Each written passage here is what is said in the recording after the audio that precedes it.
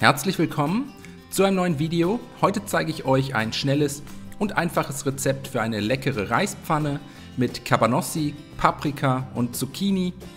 Dafür als erstes eine große Zwiebel abziehen, anschließend fein hacken und außerdem noch 2 bis 3 Knoblauchzehen ebenfalls abziehen und fein hacken.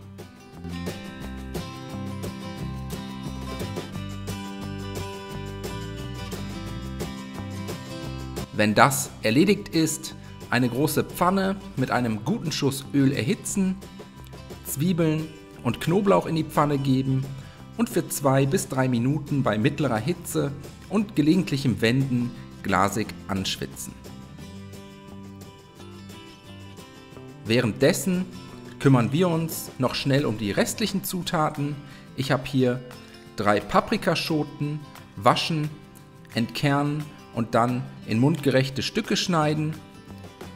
Außerdem eine große Zucchini längs vierteln und ebenfalls in nicht zu dünne Stücke schneiden. Und zum Schluss habe ich hier noch 4 Cabanossi-Würste, die werden einfach in dünne Scheiben geschnitten. Wenn das erledigt ist, zurück zur Pfanne. Zwiebeln und Knoblauch sollten jetzt glasig sein, dann 250 Gramm Reis in die Pfanne geben. Ich habe hier Parboiled Langkornreis mit einer Kochzeit von 12 bis 15 Minuten verwendet. Außerdem gebe ich noch einen gehäuften Teelöffel süßes Paprikapulver sowie 2 gehäufte Teelöffel einer italienischen Kräutermischung dazu.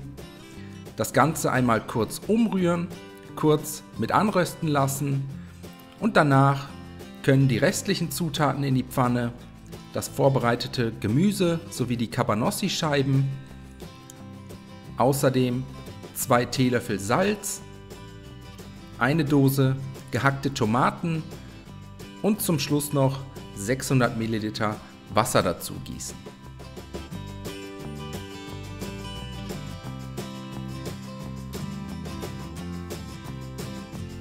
Jetzt alles einmal gut umrühren, damit sich alle Zutaten gleichmäßig verteilen können.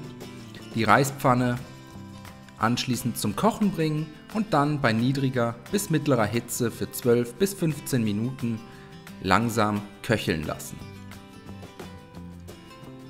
Zwischendurch die Reispfanne immer mal wieder umrühren, damit nichts am Topfboden anbrennen kann. Und dann weiter köcheln lassen, so lange, bis der Reis gar ist und die Flüssigkeit nahezu komplett aufgesogen hat. Danach sind wir im Prinzip auch schon fertig. Jetzt können wir die Reispfanne vom Herd ziehen, zum Schluss für die Garnitur noch etwas fein gehackte Petersilie drüber streuen und anrichten. Danach wünsche ich euch einen guten Appetit. Ich hoffe, euch hat das Video gefallen. Viel Spaß beim Nachkochen. Bis zum nächsten Mal.